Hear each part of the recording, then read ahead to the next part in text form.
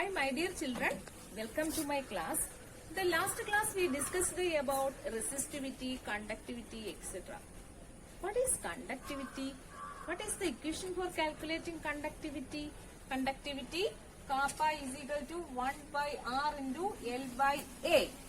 1 by R, reciprocal of the resistance, that is conductance. Conductivity is equal to conductance into L by A.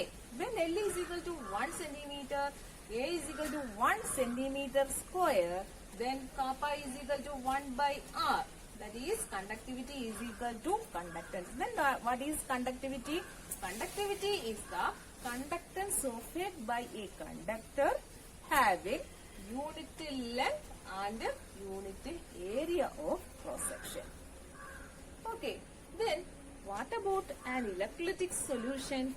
What is the conductivity of an electrolytic solution? The conductivity of an electrolytic solution is the conductance of unit volume of an electrolyte. What is the conductivity of an electrolyte? It is the conductance of unit volume of the solution. Unit volume 1 centimetre cube അല്ലെങ്കിൽ 1 metre cube. അപ്പോൾ ഒരു electrolytic സൊല്യൂഷന്റെ conductivity എന്ന് പറഞ്ഞാൽ അതിന്റെ unit വോളിയത്തിന്റെ conductance ആണ്. ഓർത്തു വെച്ചേക്കുക, conductivity of an electrolytic solution is the conductance of unit volume of the solution. Okay, then how to measure the conductivity of an electrolytic solution? നമുക്ക് എങ്ങനെ ഒരു ഇലക്ട്രോലൈറ്റിക് സൊല്യൂഷന്റെ കണ്ടക്ടിവിറ്റി കണ്ടുപിടിക്കാൻ സാധിക്കും? നമുക്കറിയാം, റെസിസ്റ്റൻസ് അറിയാമെങ്കിൽ കണ്ടക്ടിവിറ്റി കണ്ടുപിടിക്കാവുന്നതേ ഉള്ളൂ. നമുക്ക് എന്തറിയണം? റെസിസ്റ്റൻസ് അറിയണം. നമുക്ക് കണ്ടക്ടിവിറ്റി കണ്ടുപിടിക്കാവുന്നതേ ഉള്ളൂ.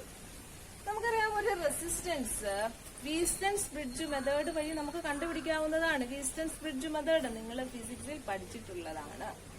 പക്ഷെ നമ്മള് ഒരു അയണിക് സൊല്യൂഷൻ അല്ലെങ്കിൽ ഒരു ഇലക്ട്രോലൈറ്റിക് സൊല്യൂഷന്റെ റെസിസ്റ്റൻസ് കണ്ടുപിടിക്കുന്ന സമയത്ത് നമുക്ക് രണ്ട് പ്രോബ്ലംസ് ഫേസ് ചെയ്യേണ്ടി വരുന്നുണ്ട്. ഒന്നാമത്തെ പ്രോബ്ലം എന്ന് പറയുന്നത്, നമ്മള് DC ആണ് ഇലക്ട്രോലൈറ്റിൽ കൂടി കടത്തിവിടുന്നത് എങ്കിൽ ഡയറക്റ്റ് കറണ്ട് ഇലക്ട്രോലൈറ്റിക് സൊല്യൂഷനിൽ കൂടി കടത്തിവിട്ടാൽ ആ ഇലക്ട്രോലൈറ്റ് ഡീകമ്പോസ് ചെയ്യും, പോകും. അപ്പൊ നമുക്ക് ഏത് കറണ്ട് കടത്തിവിടാൻ പറ്റത്തില്ല? DC ഉപയോഗിക്കാൻ പറ്റത്തില്ല. അപ്പൊ നമുക്ക് ആ പ്രോബ്ലം എങ്ങനെ സോൾവ് ചെയ്യാം? AC ഉപയോഗിച്ച് നമുക്ക് ആ പ്രോബ്ലം സോൾവ് ചെയ്യാം. രണ്ടാമത്തെ പ്രോബ്ലം എന്ന് പറയുന്നത്, ഒരു മെറ്റാലിക് കണ്ടക്ടർ ആണെങ്കിൽ നമുക്ക് അതിനെ ഡയറക്റ്റ് കണക്ട് ചെയ്യാവുന്നതേ ഉള്ളൂ. ഇവിടെ മെറ്റാലിക് കണ്ടക്ടർ അല്ല. ആരാണ് ഇവിടെ? ഇലക്ട്രോലൈറ്റിക് കണ്ടക്ടർ ആണ്. ഒരു ഇലക്ട്രോലൈറ്റിന്, അതായത് ഒരു സൊല്യൂഷനെ നമുക്ക് എങ്ങനെ കണക്ട് ചെയ്യാനായിട്ട് സാധിക്കും? ആ പ്രോബ്ലം നമുക്ക് സോൾവ് ചെയ്യാൻ വി യൂസ് കണ്ടക്ടിവിറ്റി സെൽ. ഇനി എന്താണ് ഒരു conductivity cell? Conductivity cell consist of A glass tube. It is made up of Pyrex glass and it consist of 2 platinum rods, platinum electrodes coated with platinum black. These have an area of cross section A and separated by a distance L. അപ്പൊ നമുക്ക് ഇതൊരു conductivity സെല്ലുണ്ട്. ഈ conductivity സെല്ലിൽ ഏത് ഇലക്ട്രോലൈറ്റിന്റെ ആണോ നമുക്ക് resistance measure ചെയ്യേണ്ടത്, ആ ഇലക്ട്രോലൈറ്റിനെ നമുക്ക് ഫില്ല് ചെയ്യാം. ഇതിന് കണക്ടിംഗ് വയേഴ്സ് ഉണ്ട്. അപ്പൊ ഈ കണക്ടിംഗ് വയർ വെച്ച് നമുക്ക് എന്ത് ചെയ്യുകയും ചെയ്യാം? വീസ്റ്റൺസ് ബ്രിഡ്ജിൽ കണക്ട് ചെയ്യുകയും ചെയ്യാം. അങ്ങനെ അതിന്റെ റെസിസ്റ്റൻസ് നമുക്ക് മെഷർ ചെയ്യുകയും ചെയ്യാം. ഇനി നമുക്ക് ഈ ഇക്വേഷനിലോട്ട് വരാം. ഇവിടെ L എന്ന് വെച്ചാൽ എന്താണ്? Distance between 2 electrodes. A is the area of the cross section. അപ്പൊ നമുക്കറിയാം, L is a constant, A is a constant. Then the quantity L by A is a constant and that constant is known as the cell constant, represented by G star. Then this equation becomes kappa is equal to 1 by R into L by A എന്താണ്? G star, or kappa is equal to G star by A. ഇല്ലേ? Generally, the cell constant is not calculated from the values of L and A because the measurement of L and A is very difficult. അപ്പൊ നമ്മൾ എന്ത് ചെയ്യും? എങ്ങനെ cell constant കണ്ടുപിടിക്കും? ഒരു conductivity സെല്ലിന്റെ cell constant എങ്ങനെ നമുക്ക് കണ്ടുപിടിക്കാനായിട്ട് സാധിക്കും? ഇതിനു വേണ്ടിയിട്ട് നമുക്ക് കണ്ടക്ടിവിറ്റി അറിയാവുന്ന ഒരു സൊല്യൂഷനെ യൂസ് ചെയ്യും. കണ്ടക്ടിവിറ്റി അറിയാവുന്ന ഒരു സൊല്യൂഷനെ ഈ കണ്ടക്ടിവിറ്റി സെല്ലിൽ നമ്മൾ ഫില്ല് ചെയ്യുന്നു. ആ സൊല്യൂഷന്റെ റെസിസ്റ്റൻസ് നമ്മൾ കണ്ടുപിടിക്കുന്നു. അപ്പൊ നമുക്ക് എന്തൊക്കെ അറിയാം? അതിന്റെ കണ്ടക്ടിവിറ്റി അറിയാമായിരുന്നു, ഓൾറെഡി അറിയാമായിരുന്നു. അതിന്റെ റെസിസ്റ്റൻസ് നമ്മൾ കണ്ടുപിടിച്ചു.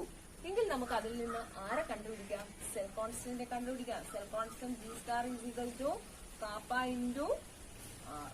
നമുക്ക് സെൽ കോൺസ്റ്റന്റ് കണ്ടുപിടിക്കാം.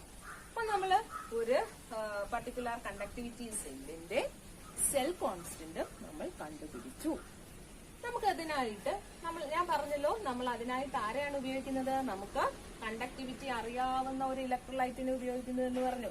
നമ്മൾ സാധാരണയായിട്ട് ഉപയോഗിക്കുന്നത് പൊട്ടാസ്യം ക്ലോറൈഡിനെയാണ്. പൊട്ടാസ്യം ക്ലോറൈഡ് സൊല്യൂഷനെയാണ് നമ്മൾ ഇതിനായിട്ട് ഉപയോഗിക്കുന്നത്.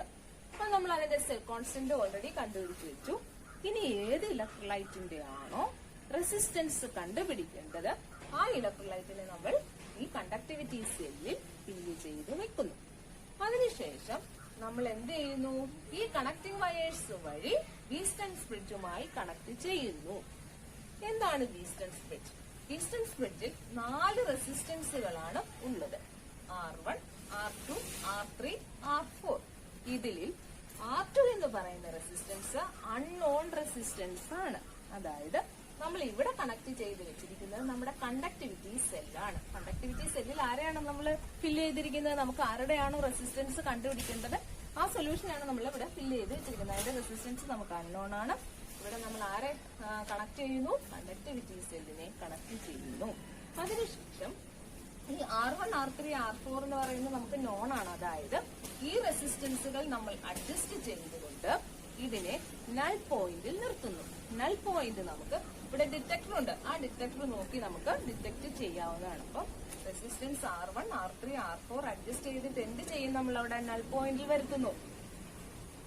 ആ നൾ പോയിന്റിൽ വന്നു കഴിഞ്ഞാൽ at this position R1 by R2 is equal to R3 by R4. Null പോയിന്റിൽ എത്തണം. നൾ പോയിന്റിൽ എത്തുന്ന ആ പൊസിഷനിൽ R1 by R2 is equal to R3 by R4. R1 നമുക്ക് അറിയാവുന്ന റെസിസ്റ്റൻസ് ആണ്, നമ്മൾ അഡ്ജസ്റ്റ് ചെയ്ത റെസിസ്റ്റൻസ് ആണ്. R2 എന്ന് പറയുന്നത് അൺനോൺ ആണ്. R3 അറിയാം, R4 അറിയാം. അതിൽ നിന്നും നമ്മൾ എന്ത് കണ്ടുപിടിക്കും? R2 കണ്ടുപിടിക്കും. R2 is equal to R1 into R4 by R3. R2 എന്ന് വെച്ചാൽ നമ്മൾ കണ്ടക്ടിവിറ്റി സെല്ലിൽ ഫില്ല് ചെയ്ത ഇലക്ട്രോലൈറ്റിന്റെ റെസിസ്റ്റൻസ്. അതിന്റെ റെസിസ്റ്റൻസ് അറിയാം. നമുക്ക് പിന്നെന്തറിയാം? സെൽ കോൺസ്റ്റന്റ് അറിയാം. അതുപയോഗിച്ച് നമ്മൾ ആ സൊല്യൂഷന്റെ എന്ത് കണ്ടുപിടിക്കും? കണ്ടക്ടിവിറ്റി കണ്ടുപിടിക്കും. Okay. Next topic molar conductivity. Molar conductivity lambda M. It is the conductivity of an electrolytic solution containing 1 mole of an electrolyte kept between 2 electrodes at a distance of unit length. Then what is molar conductivity? It is the conductivity of 1 mole of an electrolyte. ഒന്നും കൂടെ ഞാൻ പറയാം. Molar conductivity എന്ന് പറഞ്ഞാല് എന്താണ്? It is the conductivity of an electrolyte containing 1 mole of an electrolyte. ആ സൊല്യൂഷനിൽ എത്ര ഇലക്ട്രോലൈറ്റ് ഉണ്ടായിരിക്കും? അതിന്റെ ആ സൊല്യൂഷനുള്ള ഇലക്ട്രോലൈറ്റിന്റെ കോൺസെൻട്രേഷൻ എത്രയാണ്? 1 mole ആണ്. ആ സൊല്യൂഷൻ എങ്ങനെയാണ് കെപ്റ്റ് ചെയ്ത് വെച്ചിരിക്കുന്നത്?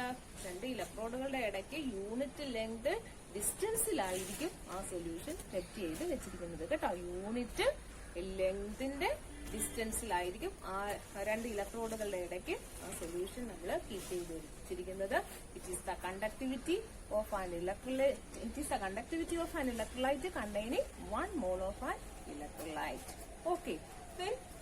നമ്മൾ പറഞ്ഞു 1 mole ഇലക്ട്രോലൈറ്റിന്റെ കണ്ടക്ടിവിറ്റി ആണ് മോളാർ കണ്ടക്ടിവിറ്റി. 1 mole ഇലക്ട്രോലൈറ്റിന്റെ കണ്ടക്ടിവിറ്റി ആണ് മോളാർ കണ്ടക്ടിവിറ്റി എന്ന് പറഞ്ഞു. നമ്മുടെ സൊല്യൂഷനില് C മോൾസ് ഉണ്ട് എങ്കിൽ എന്തായിരിക്കും അതിന്റെ മോളാർ കണ്ടക്ടിവിറ്റി? മോളാർ കണ്ടക്ടിവിറ്റി എന്ന് വെച്ചാൽ 1 മോളിലുള്ളതല്ലേ. ഇവിടെ എത്ര മോളുണ്ട്? C മോളുണ്ട്. Then lambda M is equal to kappa by C. Kappa എന്ന് വെച്ചാൽ എന്താണ്? Conductivity. Conductivity divided by C mole. അപ്പോ എന്ത് കിട്ടും നമുക്ക്? 1 മോളിലുള്ള കണ്ടക്ടിവിറ്റി കിട്ടുന്നു. That is the molar conductivity. നമ്മുടെ സൊല്യൂഷനിലെ ടോട്ടൽ കോൺസെൻട്രേഷൻ എന്ന് പറയുന്നത് എത്രയാണ്? C മോളാണ്. പക്ഷെ മോളാർ കണ്ടക്ടിവിറ്റി എന്ന് പറയുന്നത് 1 മോളിന്റെ കണ്ടക്ടിവിറ്റിയാണ്. അപ്പൊ 1 മോളിന്റെ കണ്ടക്ടിവിറ്റി എങ്ങനെ കണ്ടുപിടിക്കും?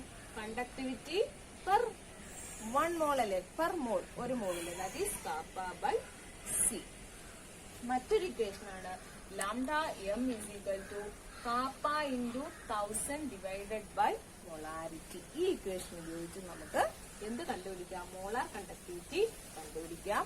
മോളാർ കണ്ടക്ടിവിറ്റിയുടെ യൂണിറ്റുകളാണ് siemens centimetre square per mole അല്ലെങ്കിൽ siemens metre square per mole. ഏതൊക്കെയാണ് യൂണിറ്റുകൾ? Siemens centimetre square per mole or siemens metre square per mole. ഇനി ഈ രണ്ട് യൂണിറ്റുകളും തമ്മിൽ എങ്ങനെ ബന്ധപ്പെട്ടിരിക്കുന്നു? 10⁴ siemens centimetre square per mole is equal to 1 siemens metre square per mole. Okay, clear? Variation of conductivity and molar conductivity with concentration. അടുത്ത topic എന്താണ്? Concentration കുറയുന്നതനുസരിച്ച് അല്ലെങ്കിൽ ഡയലൂഷൻ കൂടുന്നതനുസരിച്ച് കണ്ടക്ടിവിറ്റിക്ക് എന്ത് സംഭവിക്കുന്നു? മോളാർ കണ്ടക്ടിവിറ്റിക്ക് എന്ത് സംഭവിക്കുന്നു? ഡയലൂഷൻ കൂടുമ്പോൾ കണ്ടക്ടിവിറ്റിക്ക് എന്ത് സംഭവിക്കുന്നു? മോളാർ കണ്ടക്ടിവിറ്റിക്ക് എന്ത് സംഭവിക്കുന്നു? നമുക്ക് ആദ്യം കണ്ടക്ടിവിറ്റി നോക്കാം. What is conductivity? Conductivity is the conductance of unit volume of an electrolyte. അല്ലേ, ഒരു ഇലക്ട്രോലൈറ്റിന്റെ യൂണിറ്റ് വോളിയത്തിന്റെ കണ്ടക്ടൻസ് ആണ് കണ്ടക്ടിവിറ്റി. അപ്പൊ നമ്മൾ ആ ഒരു സൊല്യൂഷനെ ഡയലൂട്ട് ചെയ്യുന്നു എന്ന് വിചാരിക്കുക. ഒരു ഇലക്ട്രോലൈറ്റിന്റെ കണ്ടക്ടൻസിന് കാരണം ആരാണ്? അതിലെ അയോണുകളാണ്. അയോണുകളുടെ മൂവ്മെന്റ് ആണ് അതിന്റെ കണ്ടക്ടൻസിന് കാരണം, ഇല്ലേ? നമ്മളൊരു ഇലക്ട്രോലൈറ്റിനെ എന്ത് ചെയ്യുന്നു എന്ന് പറഞ്ഞു? ഡയലൂട്ട് ചെയ്യുന്നു. ഡയലൂട്ട് ചെയ്യുമ്പോൾ യൂണിറ്റ് വോളിയത്തിലുള്ള അയോണുകളുടെ എണ്ണത്തിന് എന്ത് സംഭവിക്കും? ഡയലൂട്ട് ചെയ്യുമ്പോൾ യൂണിറ്റ് വോളിയത്തിലുള്ള അയോണുകളുടെ എണ്ണം കുറയുന്നു. അയോണുകളുടെ എണ്ണം കുറഞ്ഞാൽ എന്ത് കുറയും?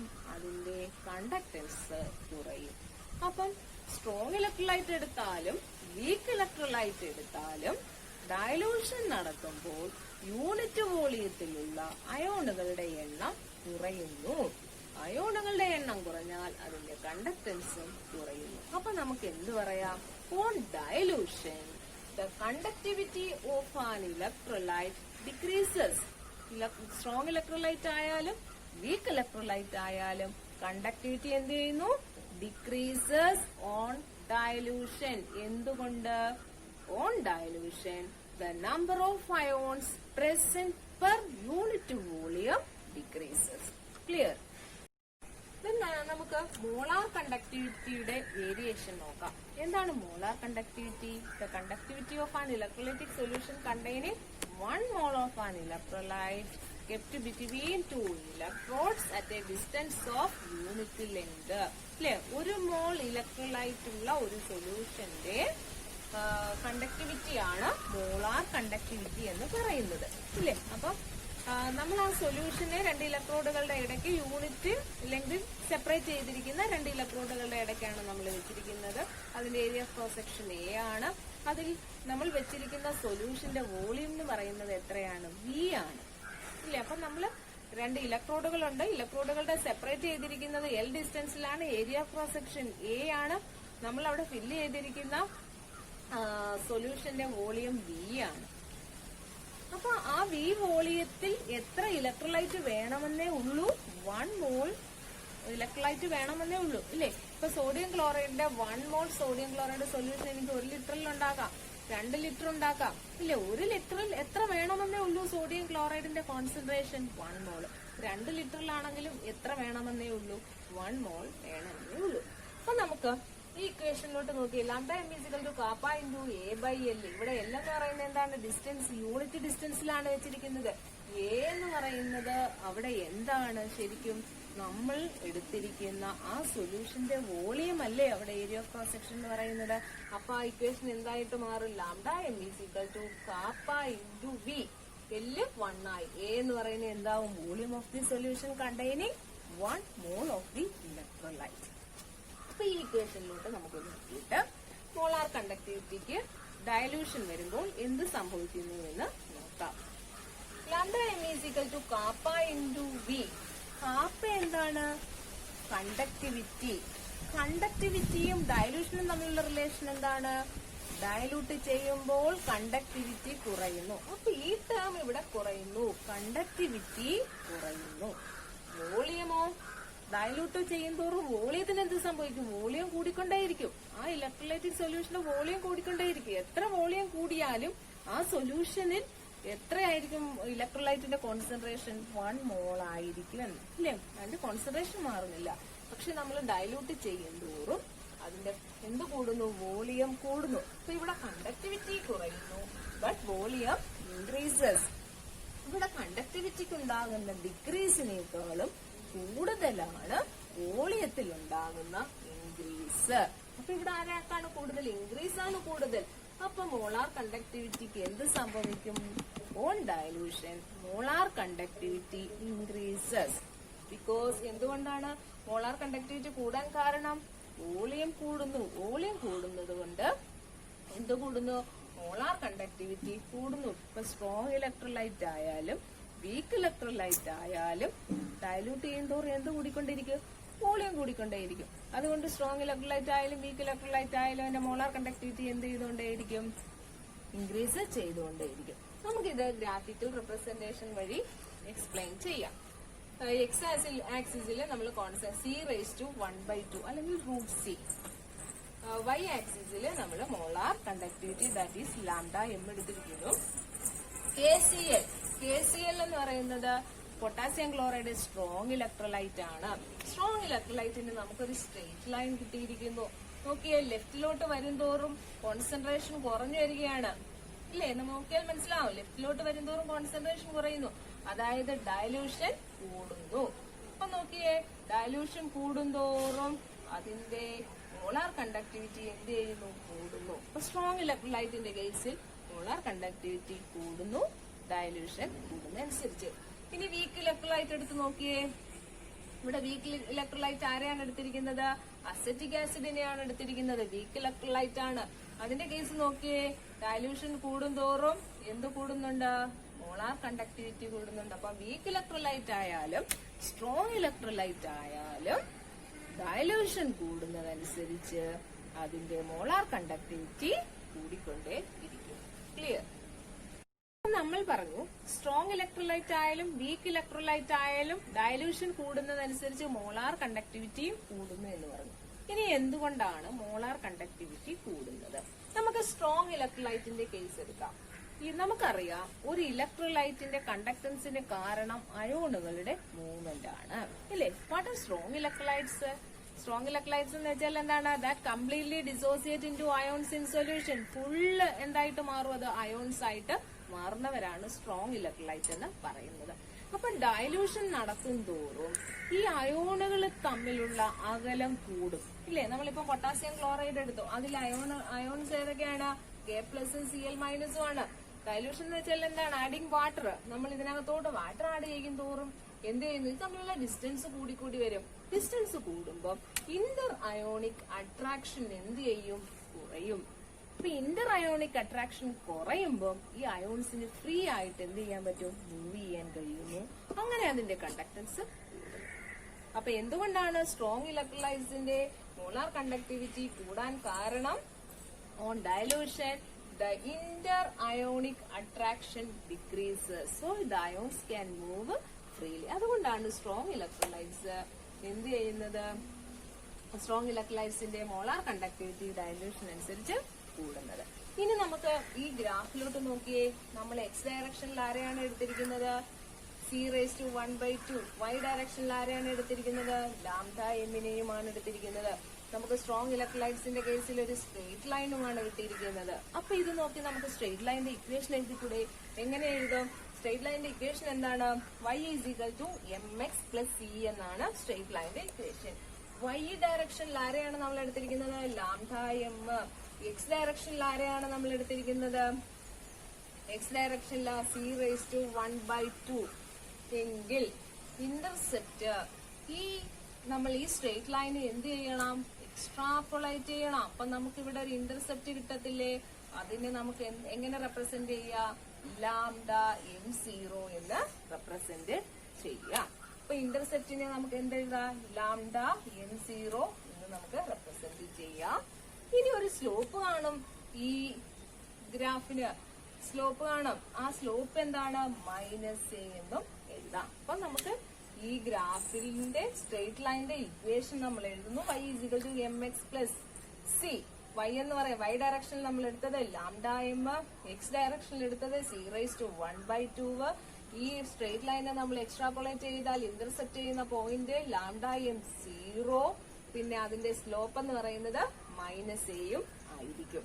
ഇനി ഇവിടെ a എന്ന് പറയുന്നത് ഒരു കോൺസ്റ്റന്റ് ആണ്. The value of this constant depends on the type of the electrolyte. എന്തിനെ ഡിപ്പെൻഡ് ചെയ്യുന്നു, ഇലക്ട്രോലൈറ്റിന്റെ ടൈപ്പിന് ഡിപ്പെൻഡ് ചെയ്യുന്നു. അതായത് സോഡിയം ക്ലോറൈഡ് എങ്ങനെയാണ് അയണൈസ് ചെയ്യുന്നത്, Na+ എന്നും Cl- എന്നും അയണൈസ് ചെയ്യുന്നു. അതായത് അതിന്റെ ചാർജസ് ഏതൊക്കെയാണ്, +1 ഉം -1 ഉം. അതായത് അതിനെ നമ്മൾ 1,1 ടൈപ്പ് ഇലക്ട്രോലൈറ്റ് എന്ന് വിളിക്കുന്നു. കാൽസ്യം ക്ലോറൈഡ് അതെങ്ങനെയാണ് അയണൈസ് ചെയ്യുന്നത്, Ca2+ Cl-. അപ്പൊ എങ്ങനെ എഴുതാം, 2,1 ടൈപ്പ് ഇലക്ട്രോലൈറ്റ് എന്ന് വിളിക്കുന്നു. MgSO4 Mg2+ SO4 എങ്ങനെ വിളിക്കാം, നമുക്ക് 2,2 ടൈപ്പ് എന്ന് വിളിക്കാം. അതായത് ഈ കോൺസ്റ്റന്റിന്റെ സ്ലോപ്പ് ഉണ്ടല്ലോ, സ്ലോപ്പ് ഇവിടെ എത്രയാണ്, -a. ആ a എന്ന് പറയുന്ന കോൺസ്റ്റന്റിന്റെ വാല്യൂ എന്തിനെ ആശ്രയിച്ചിരിക്കുന്നു, type of the electrolyte. Type of the electrolyte എന്ന് വെച്ചാൽ 1,1 ടൈപ്പ്, 2,1 ടൈപ്പ്, 2,2 ടൈപ്പ് ഇങ്ങനെ പോകുന്നു. എന്താണ് ടൈപ്പ് എന്ന് വെച്ചാൽ the charge on the cations and the anions. അല്ലേ, ഒരു ഇലക്ട്രോലൈറ്റ് ഡിസോസിയേറ്റ് ചെയ്യുമ്പോഴുണ്ടാകുന്ന അയോണുകളുടെ ചാർജസ് തന്നെയാണ് നമ്മൾ ഈ ടൈപ്പ് എന്ന് റെപ്രസെന്റ് ചെയ്തിരിക്കുന്നത്. നമ്മളിവിടെ സ്ട്രോങ് ഇലക്ട്രോലൈറ്റിന് കിട്ടിയ സ്ട്രേറ്റ് ലൈനെ നമ്മൾ എക്സ്ട്രാപോളേറ്റ് ചെയ്തു. അത് 0 കോൺസെൻട്രേഷനിൽ ഇന്റർസെപ്റ്റ് ചെയ്തു. ആ പോയിന്റിനെ നമ്മൾ ലാംഡ m0 എന്ന് റെപ്രസെന്റ് ചെയ്തു. ഈ ലാംഡ m0യെ നമ്മൾ ലിമിറ്റിംഗ് മോളാർ കണ്ടക്ടിവിറ്റി എന്ന് വിളിക്കുന്നു. അപ്പൊ എന്താണ് limiting molar conductivity? Limiting molar conductivity is the molar conductivity at 0 concentration. ശരിയല്ലേ? ഈ ആക്സിസിൽ നമ്മൾ എടുത്ത ആരാണ്? മോളാർ കണ്ടക്ടിവിറ്റിയാണ്. ഈ പോയിന്റ് ലാംഡ m0 എന്ന് പറയുന്ന ഈ പോയിന്റ് എന്ന് വെച്ചാല് മോളാർ കണ്ടക്ടിവിറ്റി ആണ്. ഏത് കോൺസെൻട്രേഷനിലുള്ളത്? 0 കോൺസെൻട്രേഷനിലുള്ളത്. Then limiting molar conductivity is the molar conductivity at 0 concentration. അപ്പൊ നമുക്ക് ഒരു സ്ട്രോങ് ഇലക്ട്രോലൈറ്റിന്റെ ലിമിറ്റിംഗ് മോളാർ കണ്ടക്ടിവിറ്റി എങ്ങനെ കണ്ടുപിടിക്കാം? ഗ്രാഫിക്കൽ മെത്തേഡ് കണ്ടുപിടിക്കാം. എന്ത് ചെയ്താൽ മതി? ഈ സ്ട്രേറ്റ് ലൈനെ നമ്മൾ എക്സ്ട്രാപോളേറ്റ് ചെയ്താൽ മതി, നമുക്ക് ലിമിറ്റിംഗ് മോളാർ കണ്ടക്ടിവിറ്റി കിട്ടുന്നു. Okay, clear? വീക്ക് ഇലക്ട്രോലൈറ്റ് നമ്മൾ പറഞ്ഞു, വീക്ക് ഇലക്ട്രോലൈറ്റിന്റെ കേസിൽ ഡയലൂഷൻ കൂടുന്നതനുസരിച്ച് മോളാർ കണ്ടക്ടിവിറ്റി കൂടും. അവിടെ എന്താണ് മോളാർ കണ്ടക്ടിവിറ്റി കൂടാൻ കാരണം? നമുക്കറിയാം, വീക്ക് ഇലക്ട്രോലൈറ്റ് എന്ന് വെച്ചാൽ എന്താണ്? Do not completely dissociate into ions in solution. എല്ലാ മോളിക്യൂളുകളും ഡിസോസിയേറ്റ് ചെയ്ത അയോണുകൾ ആകുന്നുണ്ടോ സൊല്യൂഷനിൽ? ഇല്ല. അപ്പൊ നമ്മൾ ഡയലൂട്ട് ചെയ്യുമ്പോൾ അതിന്റെ ഡിസോസിയേഷൻ കൂടുന്നു. ഡിസോസിയേഷൻ കൂടുക എന്ന് വെച്ചാൽ എന്താണ് അർത്ഥം? അതിന്റെ അയോണുകളുടെ എണ്ണം കൂടുന്നു എന്നല്ലേ അർത്ഥം? അയോണുകളുടെ എണ്ണം കൂടിയാൽ എന്ത് സംഭവിക്കും? അതിന്റെ കണ്ടക്ടൻസ് കൂടുന്നു, കണ്ടക്ടിവിറ്റിയും കൂടുന്നു. അപ്പൊ എന്തുകൊണ്ടാണ് ഡയലൂഷൻ കൂടുമ്പോൾ വീക്ക് ഇലക്ട്രോലൈറ്റിന്റെ മോളാർ കണ്ടക്ടിവിറ്റി കൂടാൻ കാരണം എന്തുകൊണ്ടാണ്? On dilution it's dissociation increases. അന്നേരം ഡിസോസിയേഷൻ കൂടുന്നതുകൊണ്ട് എന്ത് സംഭവിക്കുന്നു? നമ്പർ ഓഫ് അയോൺസ് കൂടുന്നു. നമ്പർ ഓഫ് അയോൺസ് കൂടുന്നത് കൊണ്ട് അതിന്റെ എന്തും കൂടുന്നു? മോളാർ കണ്ടക്ടിവിറ്റിയും കൂടുന്നു. അപ്പൊ നമ്മള് അതിന്റെ ഗ്രാഫ് ഇതാണ്ട് അസിറ്റിക് ആസിഡ് വീക്ക് ഇലക്ട്രോലൈറ്റിന്റെ ഗ്രാഫ് നമ്മൾ നോക്കി. അതിന്റെ കോൺസെൻട്രേഷൻ കുറയുന്നു, അതായത് ഡയലൂഷൻ കൂടുന്നതനുസരിച്ച് അതിന്റെ മോളാർ കണ്ടക്ടിവിറ്റിയും കൂടുന്നുണ്ട്, ഇല്ലേ? അപ്പൊ ആ ഡയലൂഷൻ കൂടുന്നതനുസരിച്ച് മോളാർ കണ്ടക്ടിവിറ്റി കൂടിയിട്ട് അത് പെട്ടെന്നായിരിക്കും അതെന്ത് ചെയ്യുന്നത്? ഇൻക്രീസ് ചെയ്യുന്നത്. അതുകൊണ്ടാണ് അതായത് വീക്ക് ഇലക്ട്രോലൈറ്റിന്റെ കേസിലും ഡയലൂഷൻ കൂടുന്നതനുസരിച്ച് മോളാർ കണ്ടക്ടിവിറ്റി എന്തുണ്ട്? കൂടുന്നുണ്ട്, ഇല്ലേ? അതായത് ഡയലൂഷൻ കൂടുമ്പോൾ lambda M increases steeply. Steeply എന്ന് വെച്ചാൽ എന്താണ്? കുത്തനെ അങ്ങ് ഇൻക്രീസ് ചെയ്തു പോവുകയാണ്. ഇത് നേരെ കുത്തനെ പോയി കഴിഞ്ഞാൽ നമുക്ക് അതിനെ എക്സ്ട്രാപോളേറ്റ് ചെയ്ത് സീറോ കോൺസെൻട്രേഷനിൽ എത്തിക്കാൻ കഴിയുമോ? പറ്റത്തില്ല. അപ്പൊ നമുക്ക് ഗ്രാഫിൽ നിന്ന് limiting molar conductivity of electrolyte കണ്ടുപിടിക്കാൻ സാധിക്കുമോ? പറ്റുകയും ഇല്ല. ഓക്കെ, അത് വീക്ക് ഇലക്ട്രോലൈറ്റിന്റെ മോളാർ കണ്ടക്ടിവിറ്റി ഡയലൂഷൻ കൂടുന്നതനുസരിച്ച് കൂടുന്നു. Next topic, Kohlrausch's law of independent migration of ions. Colerat's law. Colerat's law states that the limiting molar conductivity of an electrolyte is the sum of the limiting molar ionic conductivity of the cation and the limiting molar ionic conductivity of the anion. നമുക്ക് sodium ക്ലോറൈഡിന്റെ limiting molar conductivity കണ്ടുപിടിക്കണം. അത് എന്തിന് തുല്യമായിരിക്കും? Sodium അയോണിന്റെ limiting molar ionic conductivity plus chloride അയോണിന്റെ limiting molar ionic കണ്ടക്ടിവിറ്റിക്ക് തുല്യമായിരിക്കും. മറ്റൊരു എക്സാമ്പിൾ, അലൂമിനിയം സൾഫേറ്റ്. അപ്പൊ ആരുടെയൊക്കെ സംബന്ധിച്ച് തുല്യമായിരിക്കും? അലൂമിനിയം അയോണിന്റെ ലിമിറ്റിംഗ് മോളാർ അയണിക് കണ്ടക്ടിവിറ്റിയുടെയും സൾഫേറ്റ് അയോണിന്റെ ലിമിറ്റിംഗ് മോളാർ അയണിക് കണ്ടക്ടിവിറ്റിയുടെയും സമ്മിന് തുല്യമായിരിക്കും. നമുക്ക് എങ്ങനെ എഴുതാം? Lambda m0 of Al2SO4 thrice is equal to lambda Al3 plus 0. ഇവിടെ എത്ര Al ഉണ്ട്?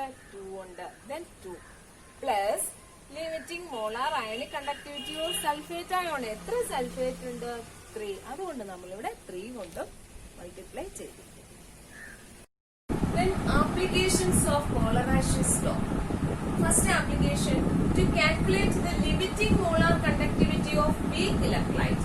We learned that the limiting molar conductivity of weak electrolyte cannot be obtained by extrapolating the plot of lambda m against c raised to 1 by 2. Then, Colerat's law is helpful in determining the limiting molar conductivity of weak electrolyte. നമ്മളിവിടെ acetic ആസിഡിന്റെ limiting molar conductivity കണ്ടുപിടിക്കാനായി പോവുകയാണ്. നമുക്ക് Kohlrausch's law വെച്ച് limiting molar conductivity of acetic acid എങ്ങനെ എഴുതാൻ സാധിക്കുന്നു?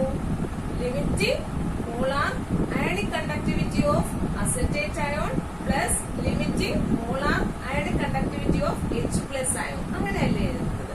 അപ്പൊ നമുക്ക് എങ്ങനെ ഈ അസറ്റിക് ആസിഡിന്റെ ലിമിറ്റിംഗ് മോളാർ കണ്ടക്ടിവിറ്റി കണ്ടുപിടിക്കാനായിട്ട് സാധിക്കും?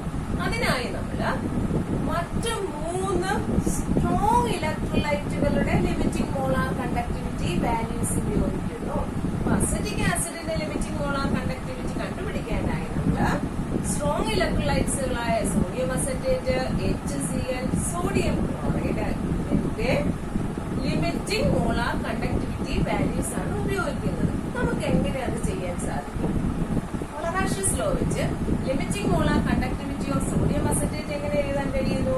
Limiting molar conductivity of acetate ion plus limiting molar conductivity of sodium ion. HCl എങ്ങനെ എഴുതാൻ കഴിയുന്നു? Limiting molar conductivity of H+ ion limiting molar conductivity of Cl- ion. Sodium ക്ലോറൈഡിന്റെ എങ്ങനെ എഴുതാൻ കഴിയുന്നു? Limiting molar conductivity of sodium ion plus limiting molar conductivity of chloride ion. ഇല്ലേ? നമ്മൾ ആദ്യത്തെ ഇക്വേഷൻ 1, ഇക്വേഷൻ 2, ഇക്വേഷൻ 3 എന്ന് എഴുതിയിരിക്കുന്നു. നമുക്കിനി ഇക്വേഷൻ 1 + 2 - 3 ഒന്ന് ചെയ്ത് നോക്കാം. എന്ന് വെച്ചാൽ എന്താണ്? Limiting molar conductivity of sodium acetate plus limiting molar conductivity of HCl minus limiting molar conductivity of sodium chloride ചെയ്ത് നോക്കാം. Limiting molar conductivity of sodium അസറ്റേറ്റിനെ നമ്മൾ എങ്ങനെ റെപ്രസെന്റ് ചെയ്തു? Limiting molar conductivity of acetate ion plus limiting molar conductivity of Na plus HCl-ന്റേതോ limiting molar conductivity of H+ plus limiting molar conductivity of Cl- minus sodium ക്ലോറൈഡിന്റെ എങ്ങനെ എഴുതുന്നു? Limiting molar conductivity of Na plus minus limiting molar conductivity of Cl-. ഇതിൽ നിന്ന് എന്തൊക്കെ നമുക്ക് cut ചെയ്യാം? Plus minus ബാക്കി എന്ത് വരുന്നു? Limiting molar conductivity of limiting molar conductivity of acetate ion plus limiting molar conductivity of H+ ions എന്നല്ലേ കിട്ടുന്നത്. ബാക്കി എന്തുണ്ട്? Limiting molar conductivity of acetate ion plus limiting molar conductivity of H plus ion. ഇതെന്ന് പറഞ്ഞാൽ എന്താണ്? Limiting molar conductivity of acetic acid. Limiting molar conductivity of acetic acid കിട്ടാൻ വേണ്ടിയിട്ട് നമ്മൾ എന്ത് ചെയ്താൽ മതി? Limiting molar conductivity of sodium acetate plus limiting molar conductivity of HCl minus limiting molar conductivity of NaCl ചെയ്താൽ application calculation of degree of dissociation and dissociation constant of weak electrolyte. What is degree of dissociation? Degree of dissociation is the fraction of total number of molecules that undergo dissociation. Total number of molecules ന്റെ എത്ര fraction dissociate ചെയ്തു കൂടി ഇതിനെയാണ് നമ്മൾ എന്ത് വിളിക്കുന്നത്? Degree of dissociation എന്ന് വിളിക്കുന്നത്. Degree of dissociation is represented by the letter alpha. Alpha is equal to lambda m divided by lambda m0.